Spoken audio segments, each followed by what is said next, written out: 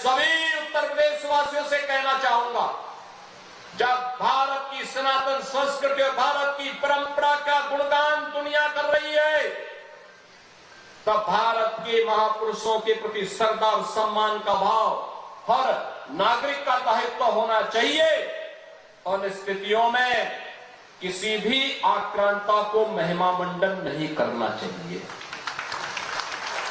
आक्रांता का महिमा मंडन का मतलब देशद्रोह की नींव को पुख्ता करना, और स्वतंत्र भारत ऐसे किसी देशद्रोही को स्वीकार नहीं कर सकता है जो भारत के महापुरुषों को अपमानित करता हो, उन आक्रांताओं का महिमा मंडन करता हो, जिन आक्रांताओं ने भारत की सनातन संस्कृति को रौंदने का कार्य किया था, बाहर बेटियों की इज्जत पर हाथ डालने का काम किया था, हमारी आस्था पर प्रहार किया था, उसे आज का ये नया भारत स्वीकार करने को कतई तैयार नहीं है।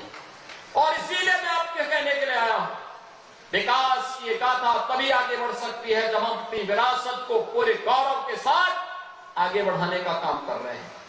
हमारी गौरव गाथा विरासत के साथ जुड़ती है, विरासत विकास के साथ जुड़ता है।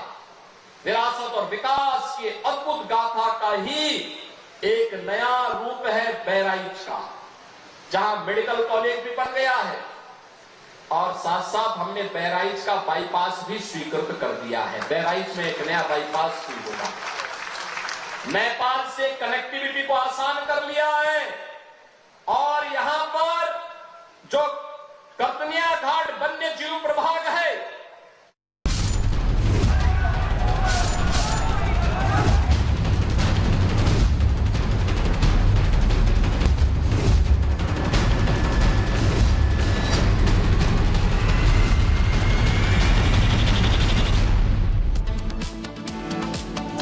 इसी बीच नागपुर से जुड़ी बड़ी खबर आपको बता दें, नागपुर के दंगाइयों पर देशद्रोह का मुकदमा दर्ज किया गया है। आरोपियों के खिलाफ देशद्रोह का मुकदमा दर्ज हुआ है।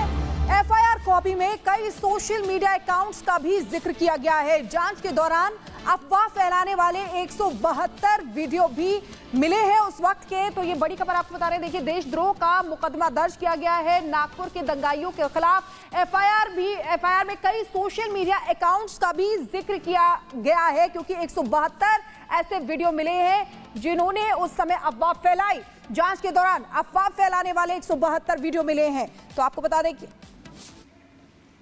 फिल्म के बाद क्या छावा फिल्म के बाद इस तरीके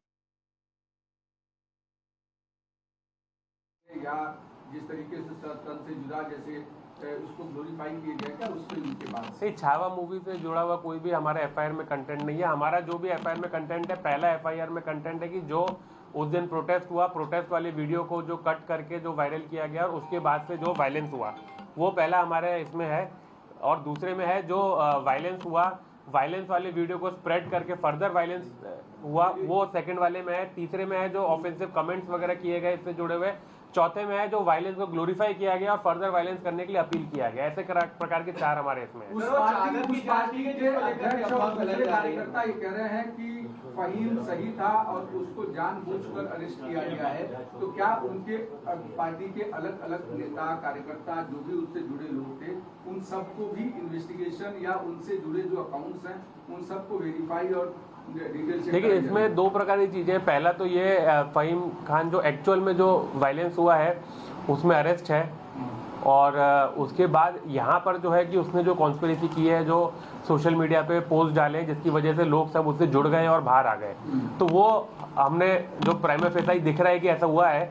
अब इसमें क्या है कि वो बाकी लोगों का क्या इन्वॉल्वमेंट है और जो उसको सपोर्ट कर रहे हैं कि वो सही बोल रहे हैं, तो वो तो ऑफकोर्स उसको क्या कहते हैं डिफेंड करने वाले लोग रहेंगे ही। लेकिन यहाँ पर जो बेसिकली जो हमने मॉनिटर किया सोशल मीडिया में जो दिख रहा है, उसके हिसाब से ये समझ में आ रहा है कि मिस इन्फॉर्मेशन पहले टप्पे में फैलाई गई। मिस इन्फॉर्मेशन फैलाने के बाद कुछ उसके वायलेंस के वीडियोस निकाले गए, उससे फर्दर वायलेंस बढ़ाया गया। और चौथा जो मैंने जैसा आपको बताया कि वायलेंस को ग्लोरीफाई किया गया, और वो जो चौथा वाला है उसमें बाहर के भी, नागपुर के बाहर के भी लोग हैं जिन्होंने वायलेंस को ग्लोरीफाई किया, और एक तरीके से उन्होंने ये कोशिश की कि ये फर्दर वायलेंस हो और स्टेट के खिलाफ में लोग इस तरीके से धारा जिस FIR में लगी है उसमें क्या फहीम खान का नाम है? क्या उसके ट्विटर हैंडल का नाम है या उसके फेसबुक हैंडल का जिक्र है उसमें? है, उनके सोशल मीडिया के हैंडल का जिक्र है। इसमें कोई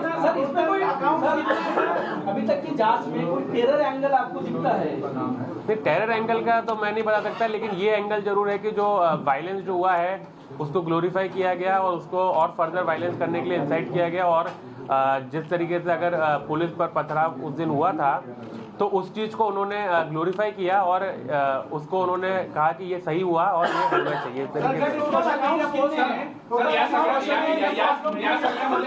पोलिसांच्या विरोधात भडकवण्यात आलं असे समजलं आहे का? असाही तर ते गुन्हा नंबर 30/25 तेच आहे ज्यामध्ये त्यांनी पोलिसांच्या विरोधात जे पोलीस आणि स्टेटच्या विरोधात जे व्हायलन्स केला होता त्यांना त्यांनी ग्लोरीफाय केला आहे आणि नंतर ग्लोरीफाय करून ते त्यांना अपील केलं की ते परत झाला पाहिजे। टोटल अकाउंट्स कितने हैं जिसे आपने डिलीट करने के लिए कहा है? को डिलीट करने का है? ते अराउंड 230 हाँ तो 230 के ऊपर हैं, लेकिन अभी FIR में 50 के आसपास हमने उनको। तो नागपुर में सोमवार को हिंसा हुई जिसके बाद पुलिस लगातार एक्शन मोड में है। एक के बाद एक ताबड़तोड़ एक्शन लिया जा रहा है। 90 लोगों की गिरफ्तारी की जा चुकी है। तो वहीं दूसरी तरफ सामने आया है बांग्लादेशी कनेक्शन। जी हां, वो बांग्लादेशी कनेक्शन जिसके जरिए बांग्लादेश में बैठे कुछ यूजर्स ने माहौल को खराब करने की साजिश रची, हिंसा भड़काने का षड्यंत्र रचा।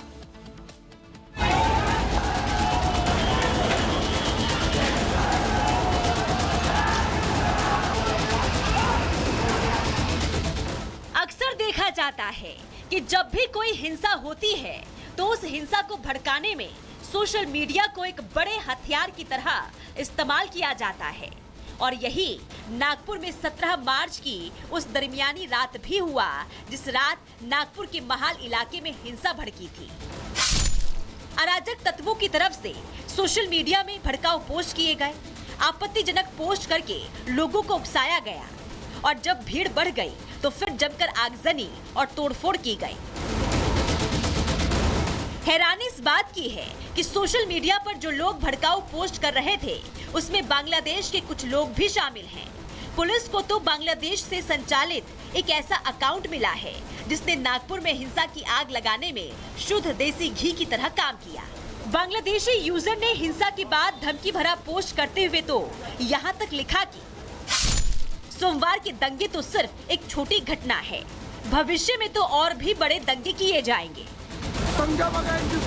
अब नागपुर हिंसा में नफरत की आग लगाने वाला ये बांग्लादेशी नागरिक कौन है और उसका नागपुर से क्या लेना देना है, इसका पता लगाया जा रहा है। साइबर सेल ने तो मेटा से संपर्क कर उस अकाउंट को ब्लॉक करने की अपील तक कर दी है, लेकिन अपनी खैर तो वो लोग बनाए जो उपद्रवी लोकल हैं, क्योंकि पुलिस किसी को भी छोड़ने वाली नहीं है और ना ही सीएम फडणवीस उपद्रवियों पर किसी तरह की दया दिखाने के मूड में दिख रहे हैं। त्यांनी पोलिसांवर हल्ला केलेला आहे, त्यांना कबरीतने खोदून काढू, सोडणार नाही। बाकी सगळ्या गोष्टी क्षम्य आहेत, पण पोलिसांवर हल्ला हा क्षम्य नाही। त्यामुळे त्यांच्यावर जी स्ट्रिक्टेस्ट कारवाई आहे, नागपूरमध्ये कधीही दंगल झालेली नाही।